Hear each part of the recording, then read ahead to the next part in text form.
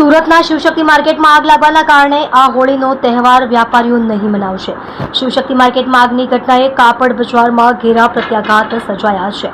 વેપારીઓના દુઃખમાં સહભાગી થઈને તેમને મદદરૂપ થવા સાથોસાથ હોળીના કાર્યક્રમ નહીં કરવા અને કાર્યક્રમના ખર્ચના નાણાં પીડિત વેપારીઓ માટે એકત્ર કરાઈ રહેલા ફંડમાં આપવા વ્યાપક તબક્કે અપીલ થઈ હતી।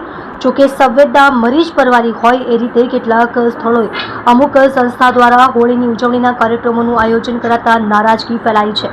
રવિવારે ફાગોત્સવની ઉજવણીના નામે ફક્ત અશ્લીલતા દર્શાવતો એક વધુ વિડીયો વાયરલ થતા કાપડ બજારના વેપારીઓ ભારે વ્યથિત થયા છે।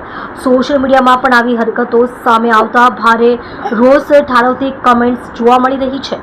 વિડીયો પૈકી સૌથી વધુ ચર્ચાના કેન્દ્રમાં રહેલા એકમાં ફાગ ગીત પર ડાન્સ કરતી મહિલા બીભત્સ ઇશારા કરતી દેખાય છે।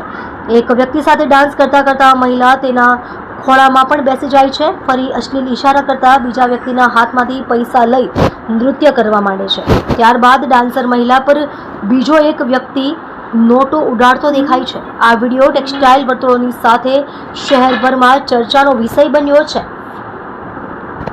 આ જ રીતે રવિવારે સુરતમાં એક સંસ્થાનો ફાગોત્સવનો વિડીયો પણ ભારે વાયરલ થયો હતો, જેમાં એક વયસ્ક વ્યક્તિ મહિલા સાથે ડાન્સ કરતા દેખાઈ રહ્યા હતા, જ્યારે પાછળના ભાગે બીજી કેટલીક મહિલાઓ શૃંગાર કરતા દેખાઈ હતી।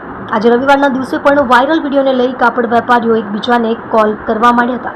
આ વિડીયો જોયા બાદ મોટાભાગના વેપારી શરમ સાથે વ્યથિત થયા છે।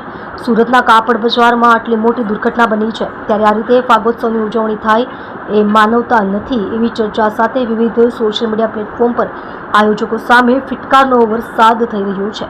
વેપારી વર્તુળોના દાવા અનુસાર સુરતમાં નાચ ગાન સાથે હોળીની ઉજવણીના કાર્યક્રમો કરવા માટે રાજસ્થાનથી 6 થી 7 જેટલી પાર્ટીઓ આવી હોવાનું જાણવા મળ્યું છે। આ વાયરલ વિડીયો બાબતે પોલીસે જણાવ્યું હતું કે વાયરલ વિડીયોને લઈ તપાસ શરૂ કરવામાં આવી છે। તમે જોઈ રહ્યા છો ગુજરાત સમ્રાટ news channel, chief editor Bhavesh પાટીલની સાથે।